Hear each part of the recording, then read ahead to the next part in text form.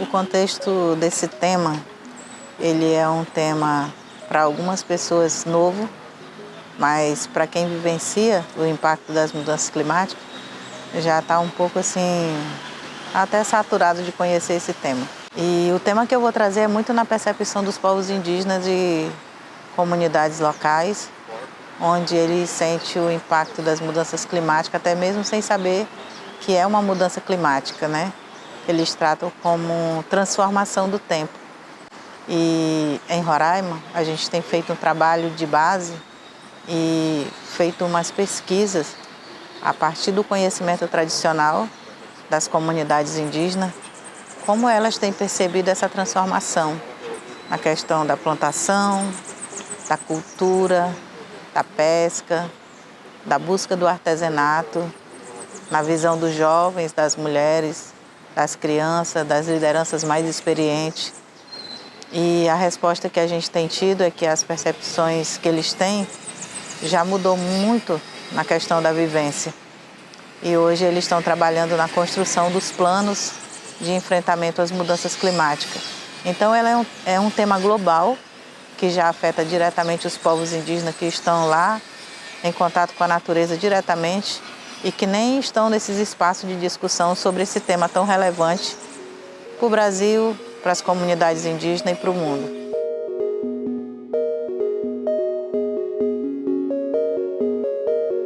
Eles já enxergam previsões de mais enchentes, mais secas, em tempos diferentes que eles não conseguem prever. O aumento das emissões, elas continuam sendo feitas. E a gente sabe que mesmo se parasse de emitir hoje, todas as emissões, a Terra continuaria aquecendo. Então eles perceberam, por exemplo, que tem igarapés que aumentou a temperatura da água. E muitos peixes regionais que tinham lá, que eles conheciam, já sumiram. Então a previsão e o que eles estão vendo, né, ao longo da percepção de 20 anos para trás, até 2022, é que muitas coisas mudaram e elas continuam mudando. Por exemplo, a plantação de várzea para eles. Várzea é quando o rio está secando. Então eles plantavam ali para guardar as suas sementes e agora eles não sabem mais quando que o rio seca, porque a época que era para estar verão está inverno e a época que era para estar inverno está verão.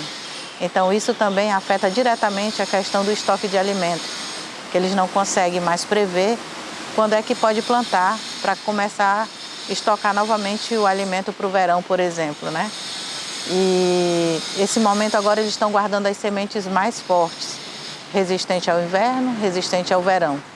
Então eles têm uma percepção para o futuro, né, de que se a gente não parar, eu falo a gente, as pessoas que estão nessa corrida pelo desenvolvimento, pelo capitalismo, os maiores afetados são quem está diretamente nas florestas, que nós não vamos ter mais uma água potável para beber, nem um oxigênio para respirar, um ar puro, né? Então aí a humanidade começa a morrer.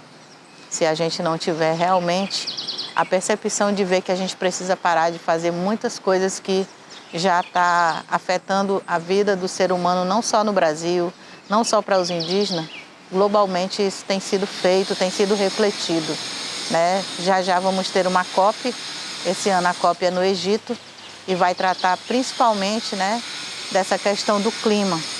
E todos os chefes de país vão estar lá tentando fazer acordos, como esse que o Brasil já fez na COP de Paris, de cumprir várias metas e que até agora ainda não conseguiu cumprir as metas que foram assinadas, né, prometidas. A gente tem umas metas aí para 2050, mas a verdade é que se a gente não tiver um olhar verdadeiramente para a questão de políticas públicas para cumprir tudo isso, trazer de volta o espaço da incidência dos povos indígenas, para que a gente possa dizer que o conhecimento tradicional pode sim contribuir para a questão também do conhecimento científico, para minimizar o problema das mudanças climáticas.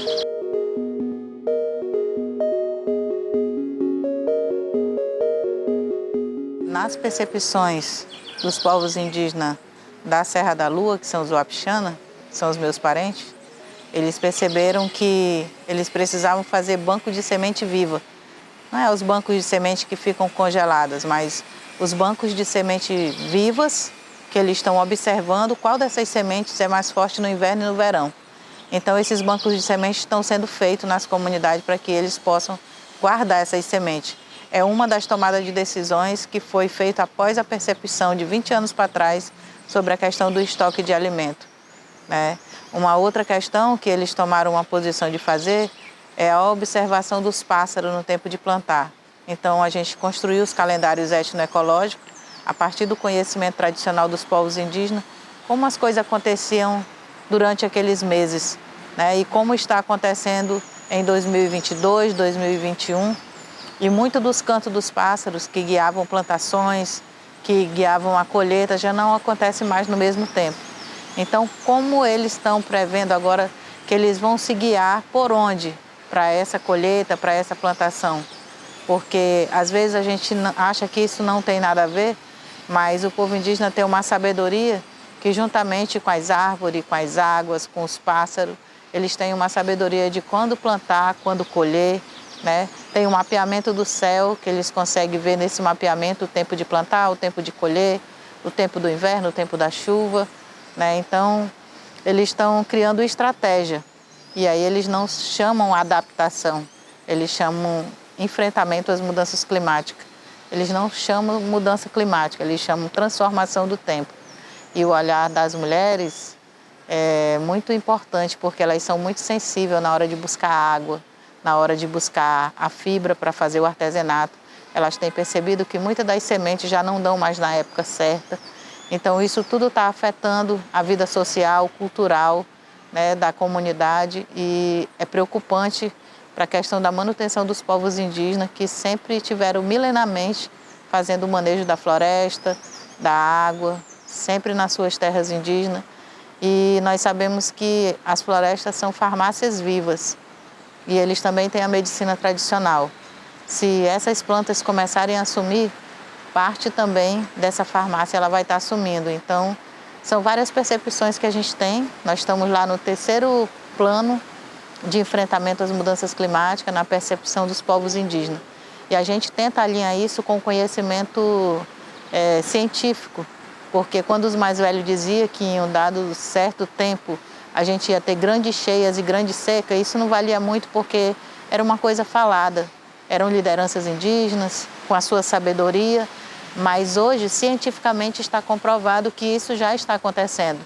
Então, hoje a gente tenta dizer que a importância do conhecimento tradicional, ele está ali lado a lado com a questão científica, né? Então, é muito importante a gente levar isso para os espaços de discussão, como a Plataforma de Povos Indígenas e Comunidades Locais, que é instituído hoje dentro da UNFCCC, onde os povos indígenas têm voz com os seus 7 representantes do mundo para levar os seus conhecimentos tradicionais e ali também poder contribuir para essa questão climática com sua sabedoria.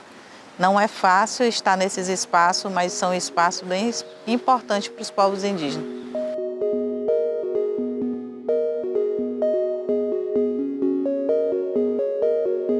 Então, a gente tem aí um desafio muito grande.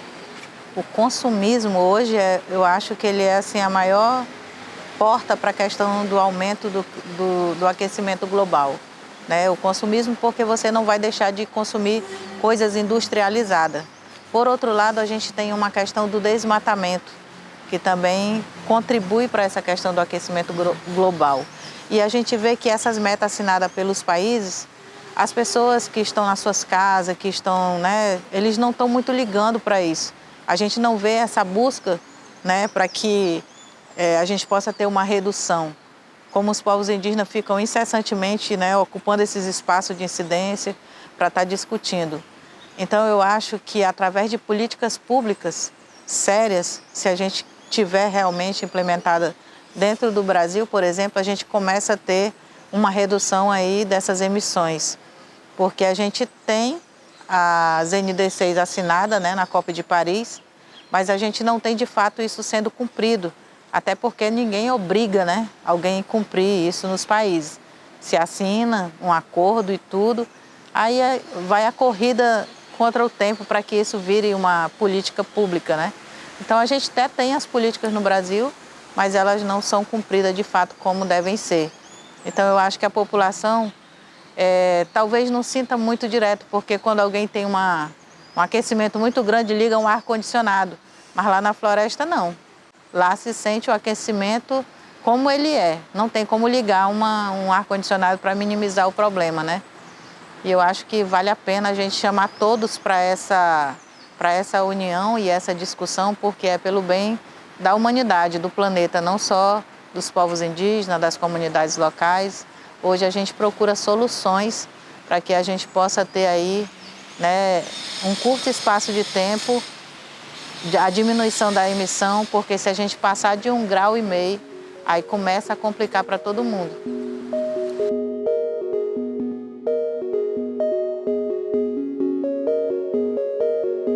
A gente sempre tende a dizer que é comprovado cientificamente, por exemplo, que comunidades indígenas preserva até mais do que uma unidade de conservação.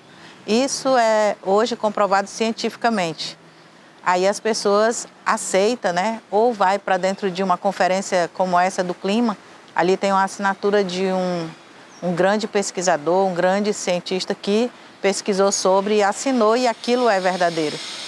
Mas quando as comunidades indígenas levam os seus conhecimentos tradicionais, dizendo que a floresta está ficando mais seca, que os rios estão secando, que está aquecendo, que os peixes estão sumindo, e a gente não tem uma comprovação científica, as pessoas praticamente ouvem, né? Mas só é mais uma fala, e como não está comprovado cientificamente, eles não dão muito crédito. Aí, nessa corrida contra o tempo para que a gente não tenha a terra muito aquecida, os povos indígenas sempre tiveram aí, a partir da Eco 92, nessa agenda. Mas nunca foi muito fácil e nem foi dado os espaços de incidência, foi conquistado. E hoje, nessa plataforma de povos indígenas e comunidades locais, que é instituído dentro da UNFCCC, que é um espaço, né, ali que os povos indígenas discutem sobre o clima, a gente já viu sair no relatório do IPCC, por exemplo, 400 vezes, né, sobre povos indígenas e conhecimentos tradicionais. Então isso está refletindo já essa questão dos relatórios científicos, mas a todo momento os povos indígenas estão lá, comprovando, dizendo que nós estamos nessa agenda, nós somos os maiores prejudicados e a gente tem que ter aí a justiça climática, olhar para os povos indígenas, para os seus direitos e como a gente pode apoiar isso. E a gente tem uma ação agora que ela é nova também, mas é velha para a gente, né? Porque com a questão da ação climática, a gente viu agora uma discussão, por exemplo, lá na Alemanha, a questão de perdas e danos. E aí a gente volta para as comunidades, o que é isso, perdas e danos? Isso já está rolando há algum tempo já. Porque perdas e danos, a gente olha para quando a comunidade está alagada, ela perdeu muitas das suas plantas medicinal, ela perdeu ali as suas casas, sua roça, então ela tem perdido ali o seu estoque de alimento, a criança deixa de estar na escola porque está tudo alagado, não consegue ir. Como a gente repara isso, que não é uma mitigação, não é uma adaptação, a gente não tem uma resposta rápida para isso. Então hoje a gente discute de que forma a gente vai ter uma resposta rápida para perdas e danos, por exemplo, né? Então, são ações que têm que ser imediatas. Por exemplo, esse ano, parte da Amazônia alagou as roças. E teve lugar que as mulheres tiveram que mergulhar para arrancar as suas batatas para fazer a comida, para fazer a farinha, que é a base da comida, né, indígena. Como a gente dá uma resposta para isso? Perdas de direito, porque ao invés de estar lá lutando pelos direitos, ela está lutando contra uma alagação, contra uma seca, né, e as coisas estão... os direitos estão aí retrocedendo daquilo que já está garantido na Constituição. Então a gente tem esse novo tema dentro também do clima que a gente está discutindo e vamos estar com essa pauta também na COP, né, levando a voz dos povos indígenas, né, da Amazônia, do Brasil e juntamente com os povos indígenas do mundo nessa discussão.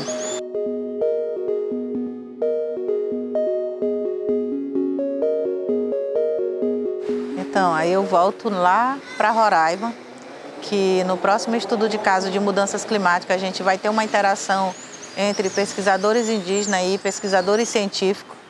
E a gente vai, talvez, ter o primeiro estudo de caso, que a gente vai ter ali a ciência e os conhecimentos tradicionais junto, né, nessa publicação para o enfrentamento das mudanças climáticas.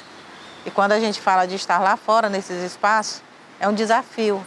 A gente tem o desafio da língua, né? A gente tem o desafio de entender toda a parte técnica que é discutida, que a gente discute com as comunidades uma questão tradicional, com palavras que eles entendem.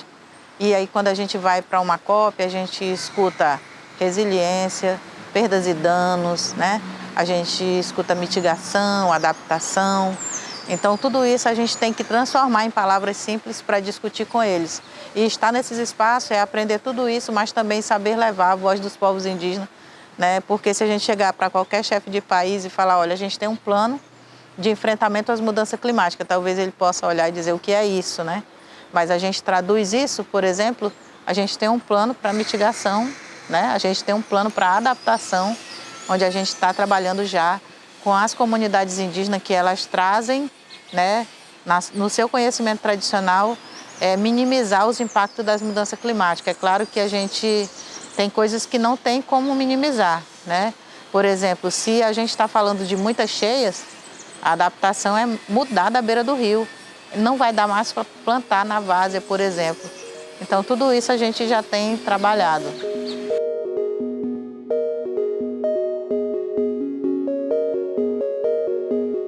Para as comunidades indígenas, a melhor maneira de frear são os países com os acordos que são assinados serem cumpridos. Porque se for olhar as comunidades em todo o mundo, é mínimo que eles contribuem para a questão do aquecimento global. Então a gente precisa que realmente os países assumam esse compromisso de emissão para que a gente possa não ter catástrofes maiores, né? Porque a gente está falando, eu estou falando de Amazônia, mas a gente daqui a pouco tem a questão do degelo, que vai aumentar o nível dos mares, cidades vão sumir, isso já é comprovado. Então, é coisas que fogem da nossa governança. A gente não tem como, né, com o nosso conhecimento tradicional, fazer com que os países parem de emitir, mas a gente tem como mostrar o que é possível fazer para que eles possam aderir e olhar que isso vai matar não só povos indígenas, vai matar todo mundo que está aí sempre correndo atrás, né, de mais desenvolvimento, mais capitalismo. Ah, não, eu paro de emitir aqui, mas eu faço um projeto ali de carbono, paro de emitir, continuo emitindo aqui, mas eu pago ali. Então tem todas essas questões que a gente precisa estar atento. E é possível reverter se eles aderirem? Eu não digo reverter, mas a gente vai ter uma diminuição bem grande, porque se a corrida do tempo que a gente está para a questão das mudanças climáticas, elas não forem levadas a sério, vai chegar um dado momento que vai ser irreversível tudo isso que está acontecendo, porque os danos são muitos. E até agora a gente não tem nem o acordo sendo cumprido. Imagina diminuir as emissões, né? Então, se cada um fizer o seu papel, a gente acredita que pode não ser irreversível, mas a gente pode minimizar bastante e a gente pode não ter muitas doenças que poderão vir, muitas catástrofes que poderão estar afetando a humanidade como um todo. Então, tudo isso tem que ser pensado.